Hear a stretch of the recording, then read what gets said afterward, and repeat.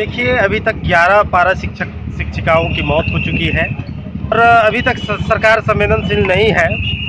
अभी लगातार विधानसभा में भी विपक्ष और सत्ता पक्ष के विधायकों के द्वारा जो उठाया जा रहा है पारा शिक्षक स्थायीकरण की बातों को, इसको माननीय मुख्यमंत्री जी और शिक्षा मंत्री महोदया को इस पर विचार करनी चाहिए। माननीय शिक्षा मंत्री महोदया कहती है कि 48 घंटा में आकर वार्ता कर। आखिर इस तरह की धमकी देकर एक शिक्षक को वार्ता के लिए बुलाना ये वाजिब नहीं है।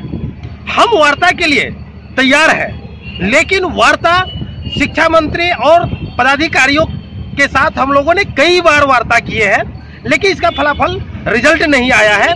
इसलिए इस बार माननीय मुख्यमंत्री जी के अध्यक्षता में हमारी वार्ता हो। हम 24 घंटे तैयार हैं, लेकिन इसके लिए विभागीय पत्र निकले, निश्चित तौर पर जब बुलाया जाए